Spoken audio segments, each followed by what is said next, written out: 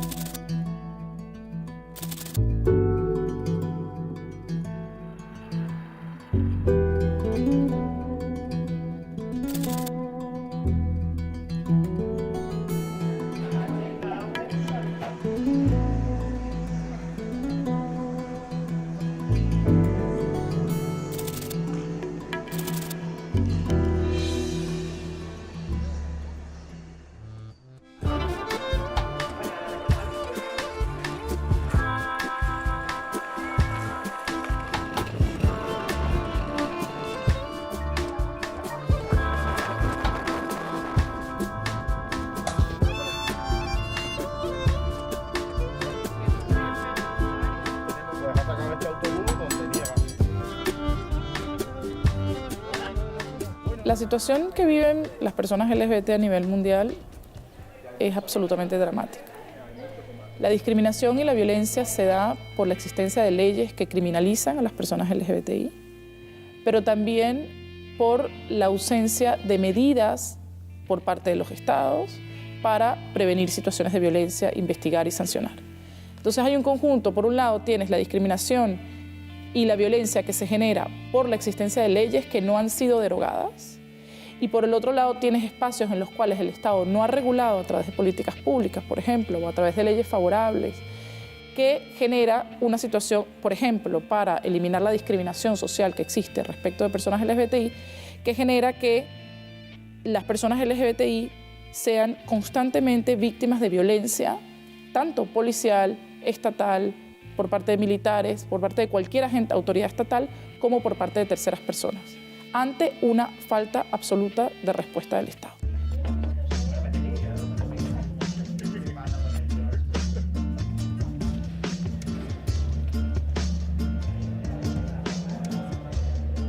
La visión global de la perspectiva de los derechos LGBTI en el mundo pasa por una constatación de que aún en un mismo continente hay países con grados de situaciones bastante disímiles desde el punto de vista social, cultural, educativo y sobre todo legal. Inclusive Europa, por ejemplo, muestra esas disonancias tanto en el reconocimiento de la identidad de las personas trans, países que requieren esterilización obligatoria como condición del reconocimiento de la identidad, tal como sucede todavía en Francia y en algunos otros países, países que reconocen la identidad sin necesidad de operaciones genitales de acuerdo con el estándar internacional. Así que hablar de una perspectiva global es hablar de tanta diferencia que nos lleva a la necesidad básicamente de entender que hay movimientos, un movimiento hacia la igualdad y un movimiento retrógrado de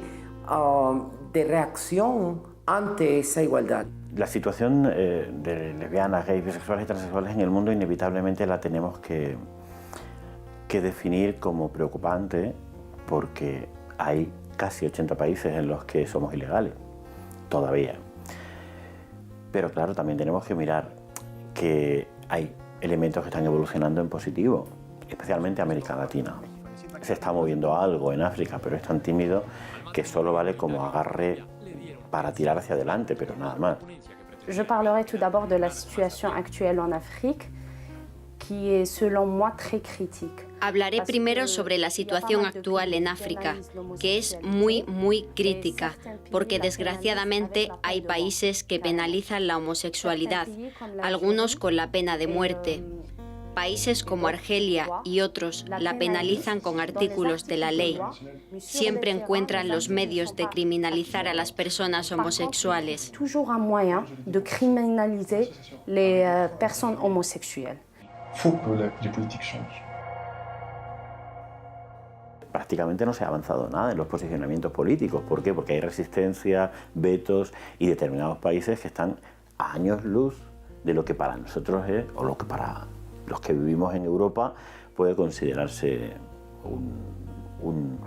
digamos, la situación de normalidad, que es básicamente vivir respetando a cada uno y que sin que haya discriminaciones por eso. Evidentemente, en todos los países, incluso en los que estamos legalmente en la primera línea internacional de avance o de igualdad de derechos para transexuales y homosexuales y bisexuales, evidentemente existen reductos, ¿no?, de homofobia y de transfobia que se están acalorando mucho, pero eso tiene más que ver también con que cada vez que nosotros avanzamos se enfadan más y reaccionan de forma más beligerante o de forma más casi desde la impotencia, victimizándose, que es su último recurso.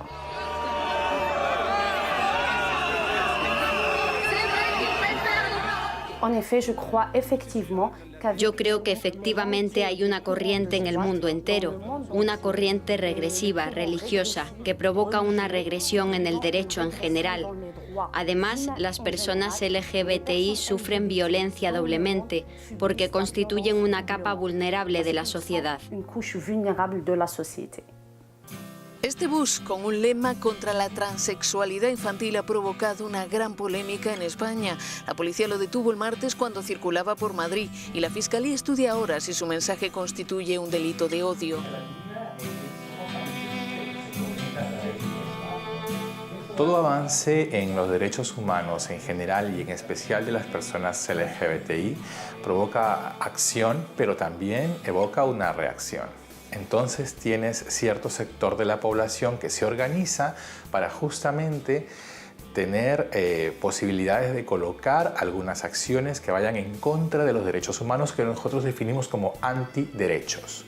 Entonces, tenemos a sectores ligados a las iglesias evangélicas, a las iglesias adventistas o diferentes tipos de iglesias en realidad, la iglesia católica incluso, que plantean el poder anular cualquier posibilidad de reconocimiento en las constituciones de la identidad de género, de la orientación sexual, de las familias, incluso apelando a la libertad de expresión o libertad religiosa, el hecho de que los crímenes de odio sean sancionados adecuadamente en cada uno de los países. Hay en algunos países más bien han logrado colocar la problemática en la agenda política, en la agenda pública. Creo que hay un reconocimiento de que hay un sujeto que es legítimo y un sujeto que, digamos, debe ejercer derechos, ¿no? Entonces creo que eso es un logro también cultural, un logro en el imaginario que nosotros no tenemos. Y sí creo que, por el otro lado, que tenga que ver con las políticas públicas, con los actores políticos, ¿no?, a nivel internacional, yo sí creo que hay una fuerte presencia.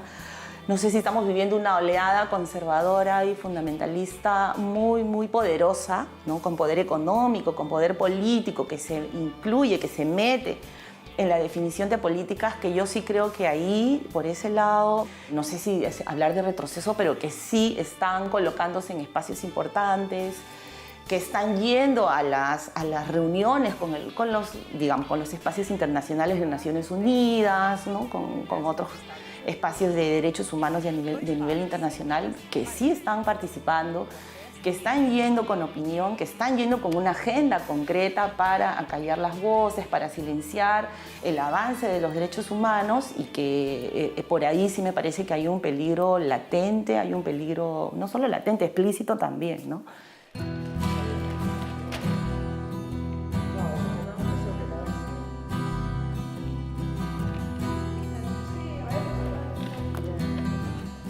Siempre que hablemos de personas LGBTI, la violencia y la discriminación y las violaciones de derechos humanos, tenemos que estar conscientes de que, primero, no existe una persona LGBTI, son personas dentro del colectivo, y que también dentro de ese colectivo existen una cantidad de rasgos o pertenencia a ciertos grupos tradicionalmente, históricamente discriminados, que hace que tu vulnerabilidad a la violencia sea mayor o menor. Y también tenemos que darnos cuenta de que las siglas LGBTI excluyen también a identidades, a expresiones, a orientaciones que no se identifican bajo esas siglas. Por eso es preferible hablar de violencia o violaciones de derechos humanos con base en la orientación sexual, identidad de género o la diversidad corporal, que hablar de violaciones de derechos humanos de personas LGBTI. Tenemos violencia y discriminación sistemática en todos los países del mundo, incluso en los países en los cuales ha habido avances. Tenemos discriminación en leyes, tenemos discriminación en políticas, tenemos discriminación absolutamente arraigada en la sociedad. Tenemos también que la discriminación contra personas LGBTI se refuerza con el rol que utilizan los medios de comunicación social, los medios y también los medios sociales, digamos. La violencia y la discriminación se da también en el trabajo y se da también cuando las personas LGBTI intentan acceder a servicios de salud. Además de eso, entonces, existe la situación de discriminación escolar hacia personas LGBT, pero parte del problema es que no hay datos. Los estados no recopilan datos, las organizaciones internacionales no recopilan datos. Entonces, parte del problema es que no se puede realmente visibilizar la magnitud del problema porque no hay estadísticas oficiales. Se ha utilizado la identidad de género en los últimos tiempos, entendiendo que las personas trans son el eslabón más débil de toda la cadena de la diversidad sexual y que han sido las personas más discriminadas, más estigmatizadas y menos comprendidas dentro de toda la diversidad sexual. Inclusive tú puedes ver movimientos transfóbicos en el ámbito gay o lésbico. De tal manera de que el cálculo que hicieron los fundamentalistas era el de vamos a atacar al más débil, que los que ya han obtenido derechos seguramente no van a eventualmente actuar a favor de esta otra superminoría.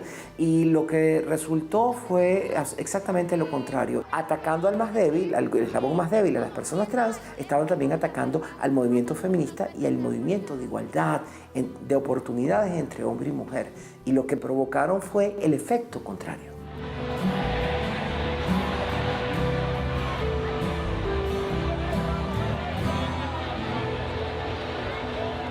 Es importante también tener presente que la violencia que experimentan mujeres trans difiere mucho de la violencia que experimentan hombres trans. También la violencia contra hombres trans es muchísimo más invisibilizada que la violencia contra mujeres trans, por diversas razones. Porque el movimiento, por ejemplo, en América Latina, no está necesariamente tan armado en redes, o sea, existen organizaciones de hombres trans en varios países, pero ahora incluso están empezando a querer hacer una coalición de hombres trans en varios países de la región. Entonces eso evidentemente no permite la visibilización o llegar a espacios como, por ejemplo, la Comisión Interamericana u otros organismos internacionales de derechos humanos. Parte del problema también es que existe muy poca denuncia en relación con la violencia sexual de hombres trans. La información que se había llegado a los organismos internacionales de derechos humanos es que la violencia que reciben hombres trans es sobre todo en los ámbitos de la familia y en los ámbitos escolares y en los ámbitos de salud. Entonces la violencia que reciben mujeres trans está mucho más conectada con la violencia policial por el mismo ejercicio del trabajo sexual. La raíz de la violencia es la misma. El estigma y el estereotipo que existe en relación con las identidades de género que son diversas o las identidades de género que no son cisgénero o que son no normativas. Y si eso sumamos o colocamos nuestra mirada para mirar cómo se viven estas discriminaciones en esta diversidad de mujeres que existimos, las mujeres lesbianas tenemos una condición donde se juntan, donde se interseccionan estas diferentes violencias y discriminaciones, ¿no?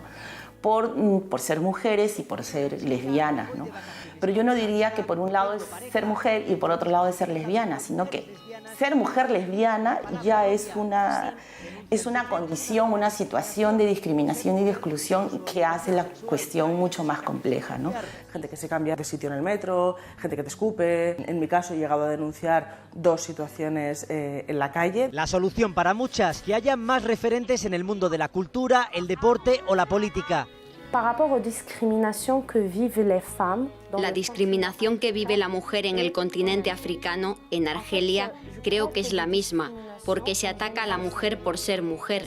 Se ataca a las mujeres lesbianas porque son primero mujeres y en segundo lugar son lesbianas o bisexuales o trans.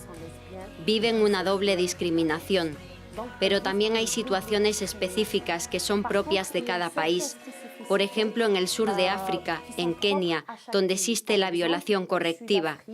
Es decir, cuando una mujer se muestra como lesbiana, la sociedad va a encontrar el medio para casarla por la fuerza, pero ella va a vivir una violación. Donc on va trouver des moyens pour la marier de force. Donc ce qu'elle va vivre, c'est un viol. En Algérie, les femmes lesbiennes ne vont pas... En Argelia, las mujeres lesbianas no son visibles, pero existen, viven escondidas, lo que crea una cierta esquizofrenia en la sociedad, porque delante de todo el mundo apareces como una persona heterosexual, pero en realidad tú eres lesbiana o bisexual o trans, lo que genera una violencia psicológica que hace que jamás hagan pública su condición, y eso es muy grave. On ne pourra jamais identifier son ampleur, et ça c'est très grave. La mujer africana tiene 5 discriminaciones. La discriminación por su raza, por ser africana, pues por vivir solamente en el continente africano, está discriminada. Por ser homosexual, lesbiana, es una otra discriminación. Por ser negra, porque tú puedes ser africana, pero tú eres blanca, ¿sabes? Y esa es una discriminación. Por ser la mutilación, es una otra discriminación. Y los matrimonios concedidos, porque somos como objetos, como una mercancía. Los padres tienen que vendernos. Y anima a aquellos cuya sexualidad no es la oficial a luchar y dar la cara. Y ya sí vamos a hablar del tema de las organizaciones de lesbianas y nuestra participación ya en el colectivo más mixto, LGTB, pues la situación tampoco es diferente, ¿no? O sea, un colectivo, digamos, organizaciones que están convencidas de que existe discriminación y que estamos excluidos y excluidas, también obviamente son expresión de este sistema de género, de estas relaciones de poder que existen a nivel de la sociedad. Entonces, los protagonistas, las autorías con voz, el acceso a recursos, el acceso a información, incluso los financiamientos, no llegan a las organizaciones de lesbianas o llegan, digamos, muy poco. Hi, I'm Hannah and I was born intersex. This means that my body isn't clearly male or female. La violencia que sufren personas intersex no tiene nada que ver con la orientación sexual, no tiene nada que ver con la identidad de género de la persona. Tiene que ver con una presentación del cuerpo que difiere de lo tradicionalmente considerado un cuerpo masculino, lo tradicionalmente considerado un cuerpo femenino. Muchos activistas a nivel internacional que están cada vez más trabajando en la visibilización de personas intersex y los derechos de personas intersex son personas intersex que se han convertido en activistas, precisamente la gran mayoría de ellas porque fueron sometidas a operaciones quirúrgicas no consentidas, no médicamente necesarias, sino con puros fines cosméticos para intentar modificar los genitales. La mayoría de los intersexuales no van a la escuela. La mayoría, yo puedo decir 90% de los intersexuales no van a la escuela, no saben leer ni escribir. Y a nivel del equipo nacional, la mayoría de los países están rechazando los intersexuales. No les consideran ni como hombre ni como la mujer. Significa son personas perdidas. Algunos que son intersexuales están obligados de cambiar de países y diciendo y mentir que son hombres y depende de la identidad que tú vas a conseguir, ¿no? I'm with the right person who understands me. Y nuevamente también hablar un poco de la violencia, la invisibilización que tenemos las personas bisexuales en todo este tipo de acercamiento a derechos, a movimientos. Las personas bisexuales básicamente somos invisibles, hay muy pocos grupos que están formados por personas bisexuales.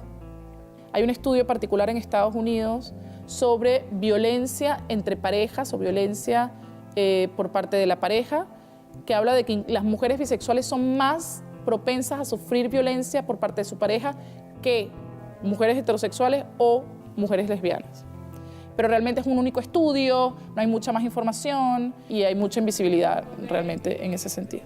El gran problema de todo esto y en realidad el problema de que, digamos, de que continúa existiendo la violencia contra personas LGBT en general es que cuando el Estado no investiga y el caso queda en impunidad, sea un ataque o sea un asesinato o una violación o lo que fuera, un acto de tortura, el mensaje que el Estado manda, el aparato estatal manda a la sociedad es que estos asesinatos, estos actos de violencia no son importantes y no hay que investigarlos. Entonces, evidentemente, la impunidad, ya lo han dicho organismos internacionales de derechos humanos, la impunidad propende la repetición de los actos.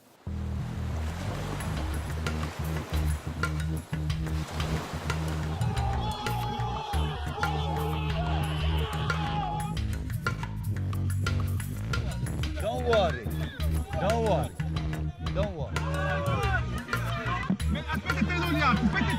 Me llamo Daniel Nicole Mbume y soy de Camerún y vivo aquí en España, llevo 6 años y he venido aquí como una refugiada y gracias a la ayuda de CEAR y del gobierno de España que me ha recibido y me ha ofrecido toda su ayuda y su apoyo y ahora ya estoy residente aquí en Madrid, particularmente en Madrid.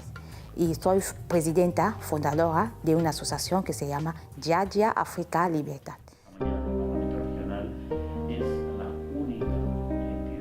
Yo he tenido una muy mala experiencia porque a pesar de todo, imagina que si tú tienes 17 años, porque normalmente mi orientación lo sabía cuando tenía 14 años, y como se me ve hablar así mi vida es muy abierta.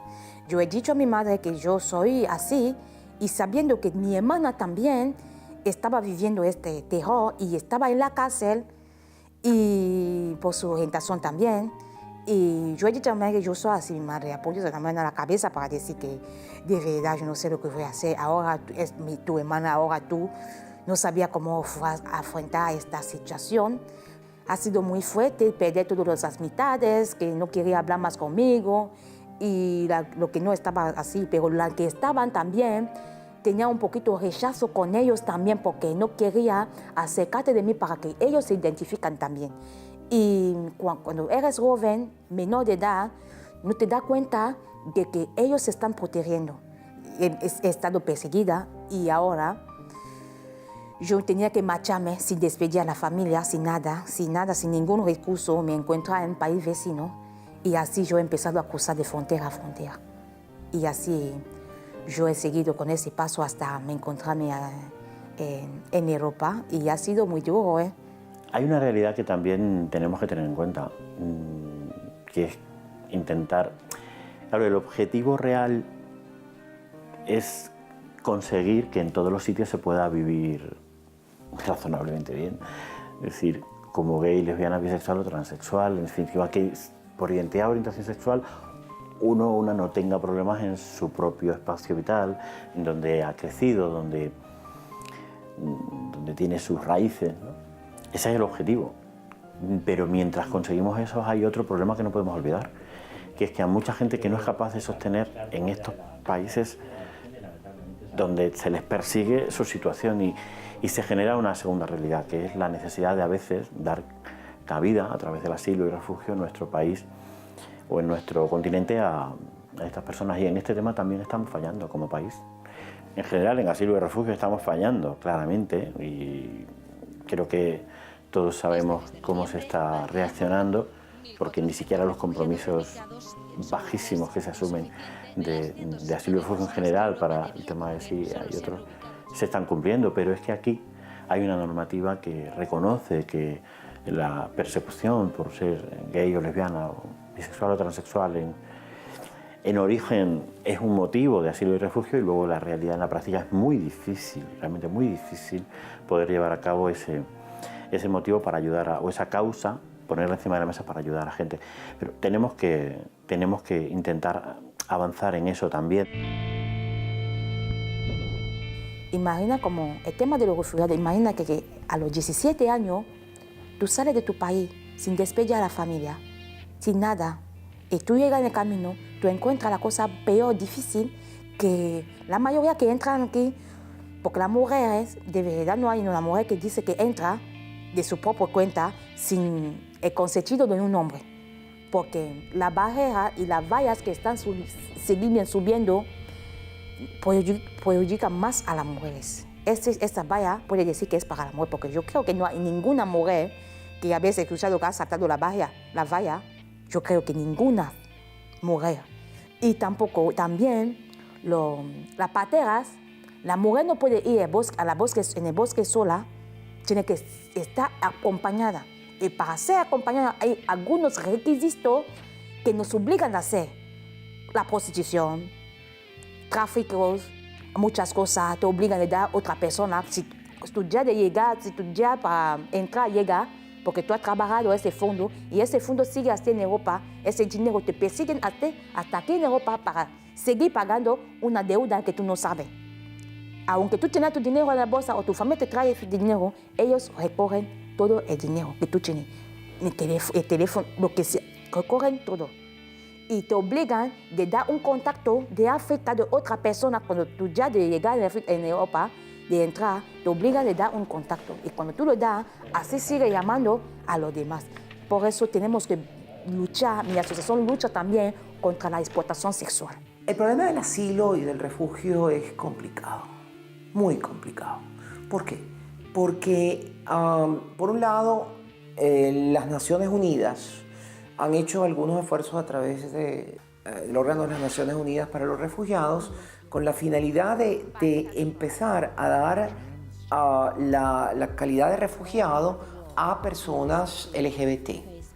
Pero, por ejemplo, con los movimientos migratorios que se han encontrado hacia Europa, la situación, los movimientos migratorios que están afectando ahorita el mundo, nos encontramos con una situación bien complicada, porque no necesariamente los países han entendido la necesidad de proteger a determinadas poblaciones vulnerables, que son los más vulnerables de esos que ya son vulnerables porque han estado refugiados o eventualmente son apátridas o están huyendo de guerras horrendas como en Siria o están en situaciones de una vulnerabilidad extrema. Pero aún dentro de los campos de refugiados son objeto de otra segunda discriminación en razón de su orientación sexual o su identidad de género. Pocos países en el mundo, incluyendo países europeos, han venido llevando hasta sus últimas consecuencias el tema del asilo en función de persecuciones por orientación sexual o por identidad de género. Hay casos horrendos en los cuales hay países como Reino Unido que volvieron a deportar a solicitantes de asilo lesbiana o gay a países donde existe la pena de muerte, por no haberse probado suficientemente que la persona era gay o lesbiana. Entonces viene el otro problema del asilo basado en una orientación sexual o identidad de género, que es lo siguiente: si en tu país tienes la posibilidad de la pena de muerte, tú crees que vas a estar fuera del armario en tu país. Pero peor, si tú llegas acá y solicitas asilo, ¿cómo pruebas que tú eres gay o lesbiana? O trans, le vas a decir a la persona ¿qué? Pregunta directa, ¿no? ¿Qué le vas a probar?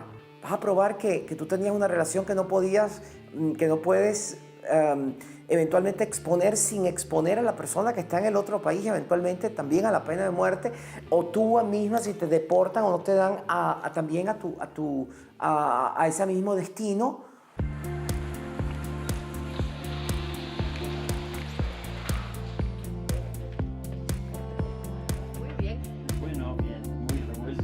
Educativa, donde en específico sobre la orientación sexual y la identidad de género de las personas. Los medios de comunicación juegan un papel fundamental en ya sea fomentar la discriminación, los estereotipos, la violencia, el estigma o promover los derechos de personas LGBT y promover una democracia más inclusiva, promover sociedades más justas. Entonces, sabemos que los medios de comunicación social tienen un poder de llegar a las masas y el mensaje que lleven es el mensaje que generalmente se termina instalando. Por lo general, los medios de comunicación en mi país, en el Perú, tienen una tendencia a colocar discursos y a colocar imágenes, ¿no? Porque digamos que esa es su chamba, colocar temas de controversia, colocar temas de discusión, pero por lo general son temas, son imágenes, son discursos sumamente prejuiciosos, sumamente discriminadores, ¿no? Cuando se habla de una desaparición, de un asesinato, lo que hacen es casi justificar que eso está sucediendo. Lo que hacen es más bien estar en complicidad con el victimario o con la victimaria y no con la víctima, ¿no? Por ejemplo, todos los noticieros que salen colocando el tema de persecución o asesinato a mujeres trans, por ejemplo, es sumamente tendencioso, ¿no? Entonces, lo que te dicen que hay un contexto de delincuencia, de robo, de violencia, entonces tiene que salir la policía, tiene que salir el serenazgo, que se llama también ahí la policía de vigilancia ciudadana, tienen que salir ellos a limpiar el espacio público, entonces con eso lo que hacen es justificar que las persiguen, que hacen redadas, que las maltratan, que las violentan, que las violan, que las terminan asesinando. Los avances de todos estos años, la verdad es que fundamentalmente tienen un motor político y activista, está claro, pero hubieran sido impensables a nivel social, y lo que queda tiene más que ver con eso, sin las complicidades en positivo de los medios de comunicación, de periodistas cómplices que cuentan las historias, que es lo que fundamentalmente necesitamos los gays y lesbianas, bisexuales y transexuales, que se nos permita contar nuestras vidas con naturalidad para contrastar con eso todos los estereotipos que cargan en contra de las imágenes que hemos tenido que soportar. Pero esta realidad que hemos visto siempre desde el activismo LGBT extremeño, español, europeo, occidental, se ve a los medios de comunicación fundamentalmente como un elemento positivo. Siempre ha habido alguna cuestión que ha podido tener un efecto negativo, porque a veces, evidentemente, también hay medios que abusan de determinados estereotipos o que no tienen ese punto pedagógico que comento, ¿no? Pero lo curioso es que cuando uno a lo mejor se pasea por algunos países de África, los medios de comunicación se convierten en un elemento que a veces puede penalizar o que puede ser incluso cómplice de la homofobia y la transfobia, ¿no? Hay algunas realidades en las que directamente se han convertido en verdugos.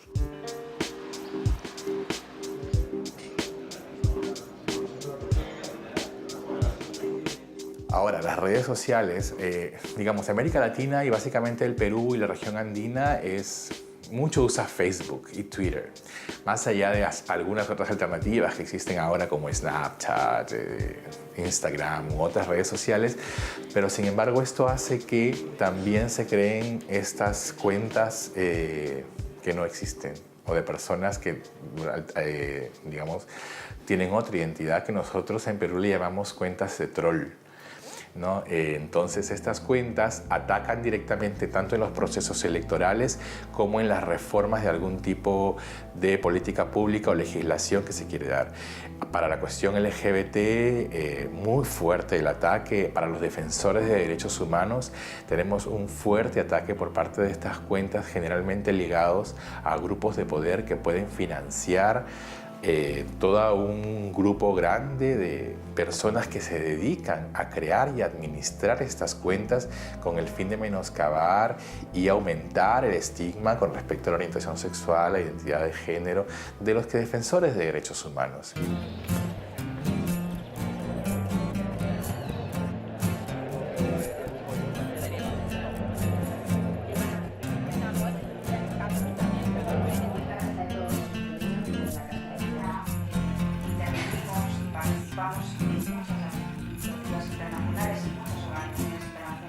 Yo soy de las personas que tiene claro de que ser activista, lo digo por la parte personal, desde el momento en que uno se define en el gusto sexual o en la identidad sexual.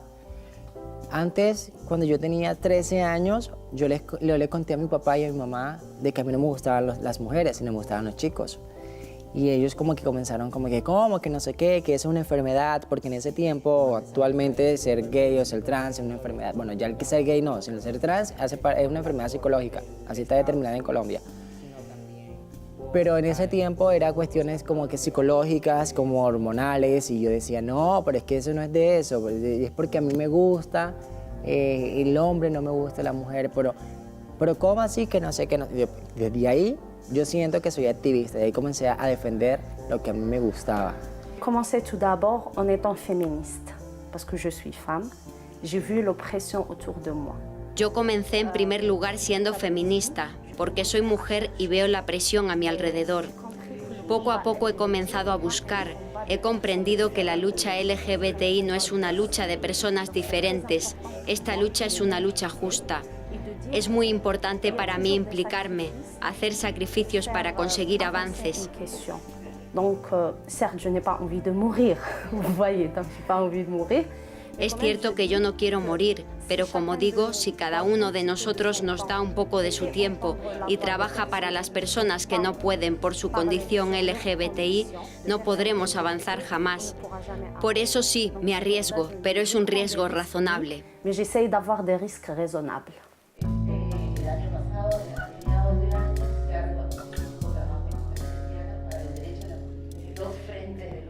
Es que ser activista tiene sus, digamos, sus costos, ¿no? Porque el decir públicamente en Perú, ¿no?, que eres lesbiana o que eres gay, te va a pedir factura, ¿no? Te va a sacar cuentas y muchas veces es una estigmatización hacia los activistas, hacia las activistas, que la ideología gay, que el lobby gay, que tenemos otro tipo de intereses. Entonces, hay una persecución muy, no necesariamente explícita, pero sí por redes, sí una deslegitimación de las personas, puedes perder tu trabajo, ¿no? Ahora conversábamos de cómo en la época de Fujimori 150 hombres homosexuales fueron sacados del cuerpo diplomático del país, ¿no?, por ser homosexuales. Entonces, digamos que no ha habido una persecución constante, pero digamos, si te ubican, te identifican, pues te pueden, digamos, violentar, ¿no? Han habido pintas de algunos compañeros y compañeras lesbianas en sus casas, ¿no? Te vamos a matar, sabemos quién eres. Entonces, digamos que también hay una persecución de ese tipo, ¿no?, que es que ha sido sistemática, que es muy fuerte, pero lo que te digo es que no es que es directamente, ¿no? Es más bien como este tipo de acciones que puede ser ahora y luego el próximo año, pero que sí sabes que estás en la mira, sabes que te están persiguiendo, sabes que te están, digamos, haciendo persecución, sabes de que estás, digamos, siendo vigilada constantemente. Y a partir de ahí entendemos que nuestras familias también a veces en este trabajo se ven comprometidas con su seguridad física, personal, familiar, en tanto recibimos amenazas con nuestras hijas, nuestros hijos, hermanos, hermanas. Van creando varias figuras en el camino, pero no reconociendo esta igualdad real de derechos. En Camerún actualmente yo no puedo poner mi pie. Y lo mismo estoy pidiendo a mi familia que han quedado ahí porque están, desde que yo he hecho mi asociación, un mes solamente, cuando Pedro dijo así, estoy viendo mucho amenazas de mi familia, de mi madre sobre todo, tiene una situación muy difícil y solo es su protección que yo tengo que luchar primero para seguir muy bien esta lucha.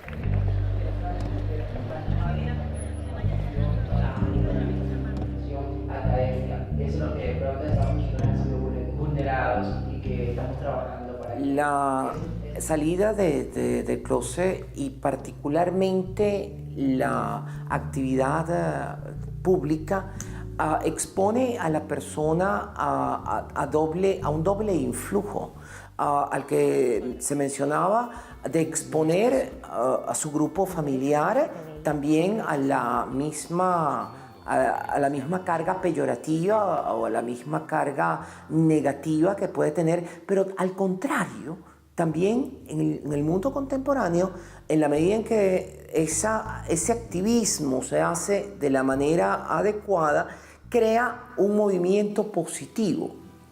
Y ese movimiento positivo de aprecio social, de aprecio reivindicativo, es el que yo creo que debe privar en todo esto. Es decir, genera más visión positiva que negativa y genera más cambio que eventualmente reacción.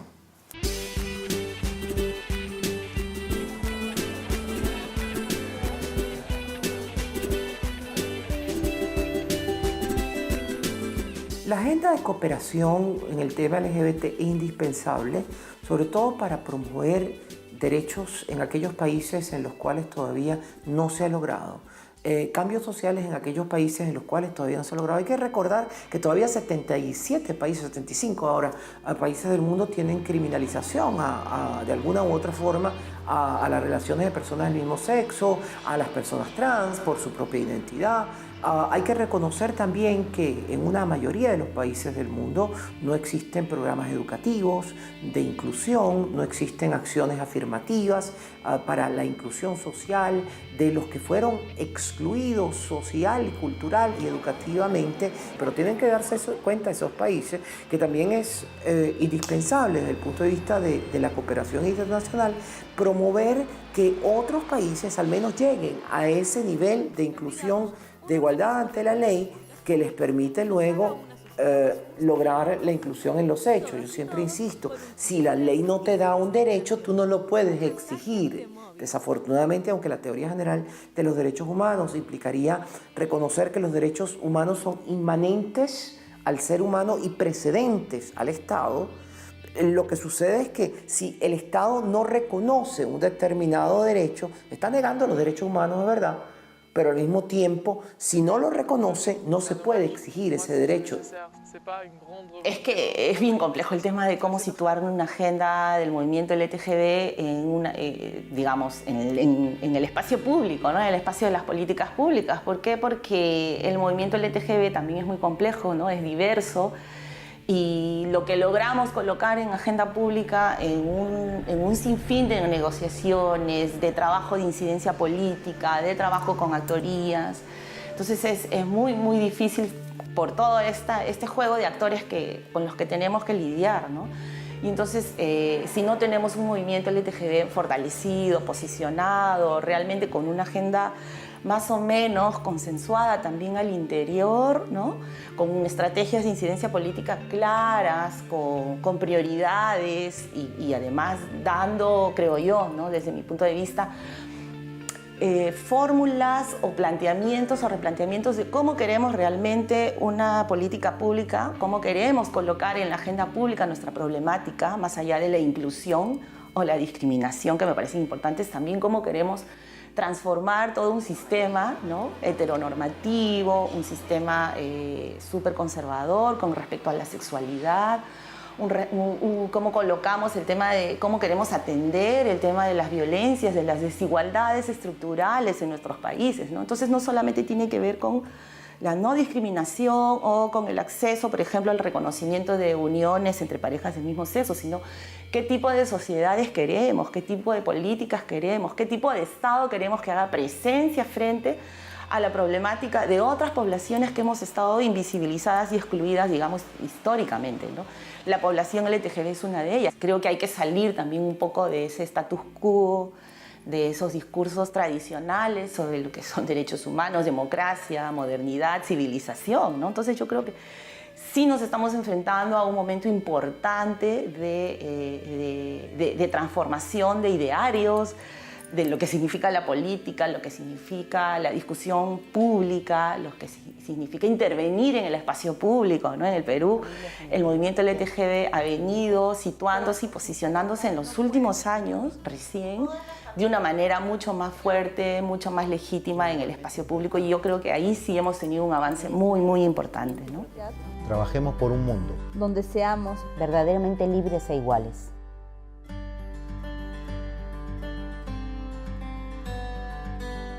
Es muy importante no solamente tener una agenda de cooperación, sino una agenda política nacional e internacional, que nos tengan en cuenta la inclusión social de la comunidad LGBTI. ¿Por qué? Porque eso nos visibiliza nuestras necesidades y que nosotros ya estamos totalmente cansadas, estamos agobiadas de estar luchando constantemente y que los resultados se vean poco. Yo creo que es muy importante que estos temas se consoliden en la agenda de cooperación entre los países. Ahora es el momento en realidad en que más que nunca los países y los estados y las organizaciones de la sociedad civil deben de fortalecer alianzas en términos de cooperación en estos temas. Porque lo que estamos a riesgo de perder es muy grave. Y eso es lo que llevamos 15 años, ese triángulo poniendo encima de la mesa de las agendas políticas de la cooperación internacional como algo imprescindible para que se tenga claro que tenemos que estar en la agenda de la defensa de los derechos humanos. Que amar no es algo, amar, desear, sentir, no es algo irrelevante en la vida de nadie. Es decir, que es así de sencillo. No es cierto que cuando uno se plantea hacer cooperación internacional o cuando uno se plantea actuar ante necesidades, y eso lo hemos visto en la agenda de la cooperación internacional de estas últimas décadas, evidentemente lo primero es satisfacer lo que se consideran las necesidades primarias, pero ya hace muchos años que está claro que en la cooperación no se tiene que trabajar por esas necesidades primarias, ahí se actúa en emergencia. Pero la intervención de cooperación internacional tiene que ser algo estratégicamente más pensado y tiene que tener unas líneas que sean coherentes con los valores que defendemos. Siempre desde el respeto a los valores de los países con los que cooperamos, faltaría más, eso es ya algo absolutamente asumido, pero desde luego sin olvidar nuestros valores. En la agenda de las agencias de cooperación españolas, la estatal y las autonómicas, excepto la extremeña, esto no está. No se considera, no existen los derechos de gays, lesbianas, bisexuales y transexuales en su agenda. Y eso no puede continuar siendo así.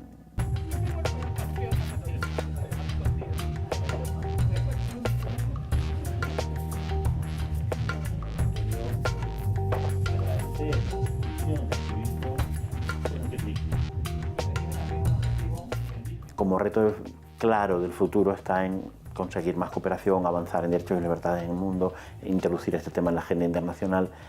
Pero hay un tema que a los que trabajamos en el equipo de cooperación de Triángulo nos parece muy preocupante, nos parece necesario. Vamos a hacer incidencia política en todos los organismos nacionales, regionales, locales e internacionales. Vamos a trabajar con todos los compañeros y compañeras que podamos de distintos países en la medida en que podamos conseguir recursos para ello. Pero hay un elemento que es imprescindible y es que más gente se sume a este trabajo. Hoy Triángulo es la única entidad que trabaja cooperación LGBT en toda España. Y llevamos 15 años siendo la única entidad. Las experiencias que ha habido por parte de otras entidades son tímidas y queremos que organizaciones que trabajan derechos humanos incorporen la realidad LGBT a su agenda y organizaciones LGBT incorporen la cooperación internacional a sus líneas de trabajo. Creemos que tenemos que ser más, que puede parecer raro que estemos invitando a otros a compartir. No, es que lo que nos importa es que haya muchos agentes trabajando esta realidad, muchos motores de este necesario cambio social. Así que un reto que yo asumo como organización, como Triángulo para el futuro, claramente es conseguir implicar a más gente en este apasionante, durísimo, pero apasionante camino que es la cooperación internacional LGBT. Je crois que le plus grand défi du continent africain, parce qu'il est hétérogène, il est diversifié. Yo creo que el gran reto del continente africano, que es heterogéneo y divergente, tiene un punto común, que es el de despenalizar la homosexualidad y descriminalizar esas leyes, porque los países africanos han firmado la Declaración Universal de los Derechos Humanos, que estipula que todos los seres humanos nacen libres e iguales, sin que prevalezca ninguna discriminación. Humains naissent dignes et égaux, sans prévaloir aucune discrimination. Yo creo que hay diferentes retos y en diferentes niveles, ¿no? En diferentes espacios. Un reto importante, un desafío que creo que sí hemos ido colocando desde el movimiento LGTBI, que es muy frágil, es muy chiquito además, es poner nuestra problemática como una problemática legítima de ser atendida y que tiene que ver con la vulneración de derechos humanos. Yo creo que eso lo estamos copando espacios, colocando este discurso, colocando nuestra problemática desde las organizaciones, desde la sociedad civil, presionando a los actores políticos, presionando los espacios que se pueden abrir, presionando para que se abran estos espacios, para tener una participación desde nuestras propias voces, ¿no? Yo creo que eso es un reto. Lo otro es tener una agenda realmente consensuada, tener una agenda realmente debatida entre la población LGTBI, porque si hay algo que nos junta y que nos une, creo que es el ejercicio de una sexualidad no hegemónica, ¿no? Entonces creo que esa es una punta de lucha importante, creo que esa es una punta de lucha que hay que seguir colocándola, pero también creo yo que hay que visibilizar, y es necesario hacerlo, visibilizar las otras problemáticas de la población LGTBI. O sea, no dar por hecho que hay una agenda LGTBI y que su demanda más importante es una. No logramos traducir nuestro discurso, nuestras estructuras teóricas en un discurso fácil de asimilar, que la gente lo pueda entender y diga, hombre, sí, esto afecta a mi vida, afecta a mi derecho y yo apuesto por ello. No, más bien dice, oye, ¿qué es esto de género? Yo no lo entiendo, pero eso no es igual que el sexo. O sea, y se cree en este otro discurso más bien que plantea esta política del terror, del miedo, de la homosexualización, del poder finalmente incluso acabar con la vida. Y entonces yo creo que sí tenemos que mirar una mejor forma de poder articular con el discurso, no solamente con el avance de las políticas públicas. Finalmente lo que me preocupa, y esta es como la reflexión final, que si a medida que avanzamos a nivel estatal, porque hay algunos estados que tienen estos temas a la vanguardia y se han tomado la agenda y se han puesto la camiseta, que porque las sociedades no estén listas, vaya a haber un retroceso mucho mayor, que no creo, pero es posible que tengamos muchísimos obstáculos en la vía hacia una igualdad real y sustantiva. La clave fundamental es no separarse del discurso de la igualdad y de los derechos humanos. Todos los seres humanos nacen libres e iguales en dignidad y en derecho. Ese es el artículo primero de la Declaración Universal de los Derechos Humanos. Je crois que oui, c'est une très bonne chose que la communauté internationale. Creo que es muy importante que internacionalmente se haga presión sobre Argelia. Está bien que haya también acuerdos económicos estipulados por la comunidad internacional, por Europa, para que no se comercie con los países que violen los derechos humanos.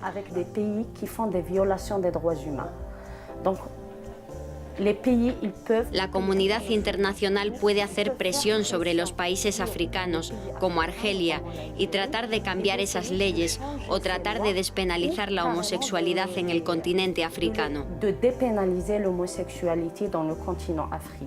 Nosotros tenemos que trabajar más desde la ilusión y convenciendo a los políticos y convenciendo a las instituciones de que tienen que implicarse, porque no implicarse en esta agenda o no implicarse en esta causa significa ser cómplice de lo que pueda pasar. Si no tomamos medidas somos cómplices y ahora mismo las organizaciones internacionales mayoritariamente están siendo cómplices de las consecuencias de la homofobia. Es decir, hay que intentar utilizar todos los instrumentos que éticamente estén en nuestra mano para conseguir cambiar el sentido de la valoración que existe hacia la homosexualidad y la transexualidad.